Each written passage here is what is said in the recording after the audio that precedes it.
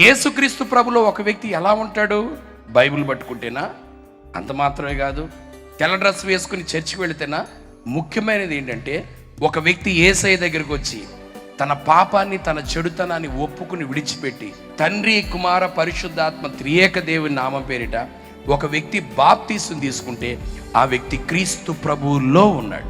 ఆ వ్యక్తి బాప్తీసం తీసుకున్న తర్వాత ఈ లోకమునకు వేరై దేవుని కొరకు పవిత్రంగా బ్రతుకుతూ పరలోకం నుండి పంపబడే బాప్తీసం అనే పరిశుద్ధాత్మతో నింపబడితే ఆ వ్యక్తి పరిపూర్ణమైన బలిపీఠం అయిపోతాడు.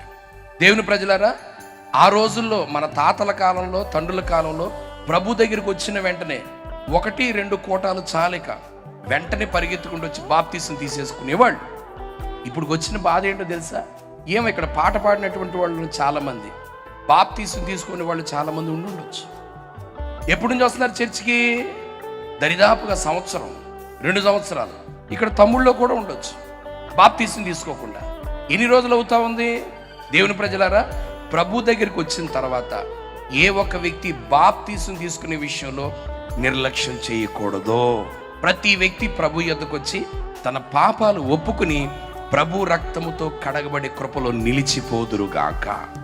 ఎందుకో తెలుసమ్మా? బాప్తీసం తీసుకున్న వెంటనే నీవు నేను దేవుని వారం అవుతాము. దేవుని వాళ్ళం అయ్యాను వాడు దగ్గరికి వస్తాడా? చెప్పాలండి, రానుగాకరాడు. ఎందుకంటే ప్రభు రక్తముతో నువ్వు కడగబడ్డ వెంటనే కలిగి ఉన్నది ఏది కూడా పోగొట్టుకోకుండా ఆ రక్తము నిన్ను నన్ను కాపాడునుగాక.